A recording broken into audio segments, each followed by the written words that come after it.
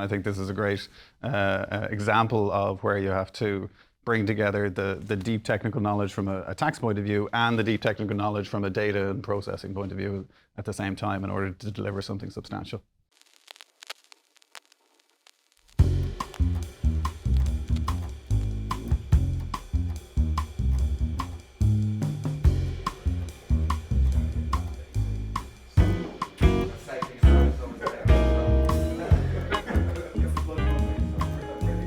So today we're going to talk about the Centred Economic System of Payment Information, more commonly known as CESOP. And it's not often really that a consulting guy and a tax guy come together to talk about a topic, but you know, it's really nice to do so, Colin. And certainly it's very apt around CESOP because CESOP brings challenges for the whole business. So we're going to talk a little bit first about what CESOP is, where it's come from, and what those challenges are, and how the business reacts to those challenges. So maybe what we'll do now is just look for a minute, where this reporting obligation comes from, who it falls upon, and why it's there really. And so I guess the reporting obligation, believe it or not, actually comes from VAT law. So it's part of the EU VAT directive it's been incorporated into. And the reason it's come along is to close what they call the VAT gap. And the VAT gap is the difference between the VAT that the EU Commission believes it should collect and the VAT that it actually does collect. So it makes these calculations based on economic flows. It thinks we should get X amount of VAT. It looks at the amount of VAT that it does get, and the difference is what it believes is lost, mainly due to fraud. And at the last calculation, that VAT gap was 93 billion.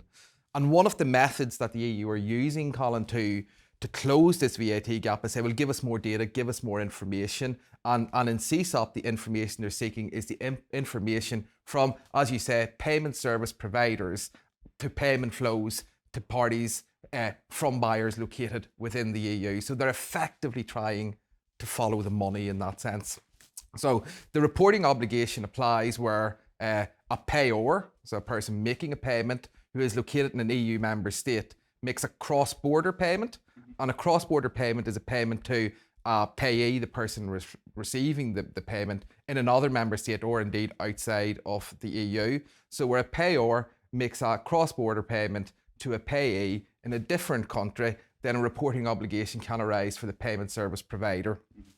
And the thing about CESOP is actually it's the combination of understanding tax law, because its derivative is from tax law, but also that tax law refers you into the Payment Services Directive.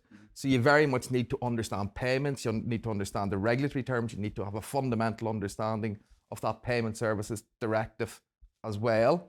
And then aligning on top of that, then operationalizing that through the data challenges that you were speaking of. And I know you work with payment service providers all the time, and the types of payment service providers caught by this, as defined by the directive, are fundamentally the credit institutions, which are the banks, the payment processors and acquirers, and it can also catch e-money providers and can also catch gyro institutions, but the vast majority of the obligation will fall upon the banks and the payment service providers. And as I say, I know that this isn't the first requirement that they've had. They've had similar requirements that you've worked with them on the past, and there's a lot of data here to report, isn't there, given the transactions and scope? No, and that's certainly the challenge, and as with the trend in terms of regulation is just increasing on a regular basis, putting further demands on their need to have really strong quality data.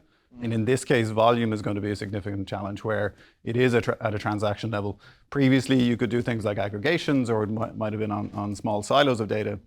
Here you're looking at nearly every transaction that's occurring across the organization, needing to assess it in the first place and pull it together in order to try and report it. And that's probably unprecedented to what's happened before from this type of regulation. So it's definitely going to be something they have to plan for now, start to look at the systems that they need to have in place, and really make a decision. Are they going to build something internally? Are they going to buy something that exists out in the market? Or are they going to borrow in terms of bringing a third party in to actually transform the data into their systems and report on their behalf?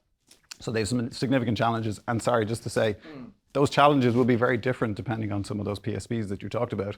Because for some of them, the banks will have legacy systems, they'll have multiple sources, they'll be providing a lot more products than the e-card and the e-money type of outfits, who will be a bit more fintech savvy, a bit more evolved in terms of their technical journey. But from their point of view, they're less familiar with how to apply regulation, where the banks are very familiar with what the regulatory process is and engaging with the regulator on a significant basis. And it's interesting, Colin, sorry to, just a point I just wanted to pick up was, there's the reporting obligation, which comes in, your first reporting, I understand, is due from April next year.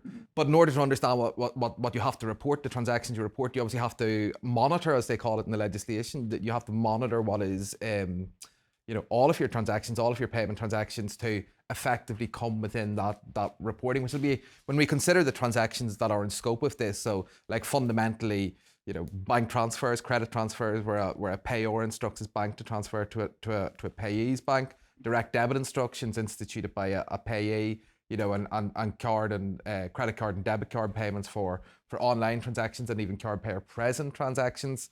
So a huge volume of transactions, but not all of them have to be reported.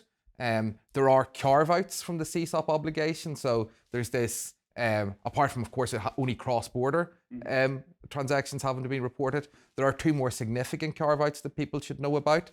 There is the rule of 25, as they say, which I think will bring challenges to banks. And effectively, I think this is that they don't want to catch, small micro businesses or individuals receiving payments.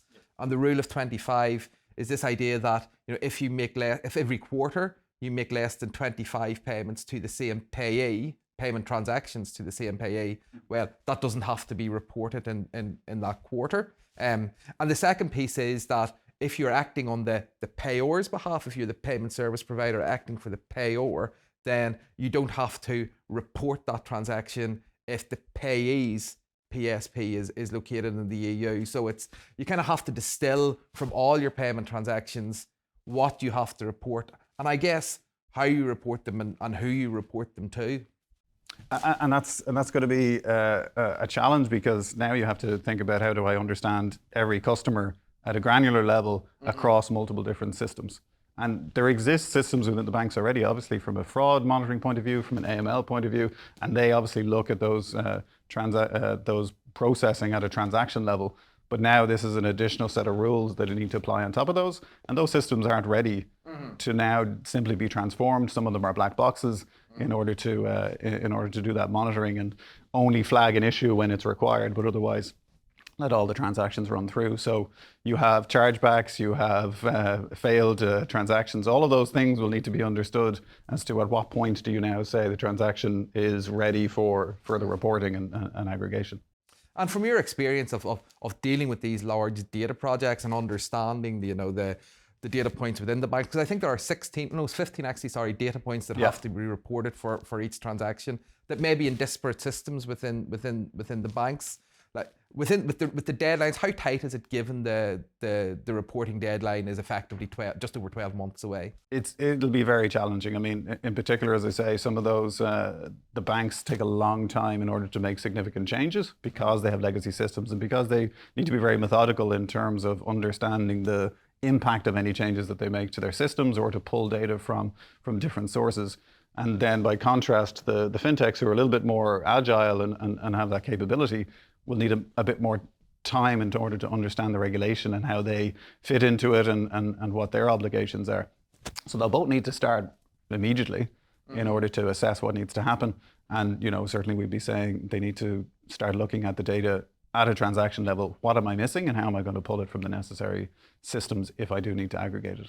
And I think that's a key point you raised there, in terms of, I really like that word you use, Colin, assess, because I think the first point has to be, and from my perspective, from a tax perspective, from a regulatory perspective, carrying that out assessment of exactly what is in scope, exactly what this involves for you as an institution, based on the transaction flow that you carry out. That's going to take a bit of time, and that exercise has to be done before you do the kind of the data build, the pull together, the solution development for this. You have to really understand and identify what those obligations are in the first place. Absolutely. Well, thanks, Colin. That was really illuminating for me as a tax guy to understand the operational aspects of this, and a real challenge for the banks. But again, engaging with it early enough seems to be the key takeaway. Thanks, Vincent. No, absolutely. It's great to get that insight from a tax point of view. And I think this is a great example of where you have to bring together the deep technical knowledge from a tax point of view and the deep technical knowledge from a data and processing point of view at the same time in order to deliver something substantial.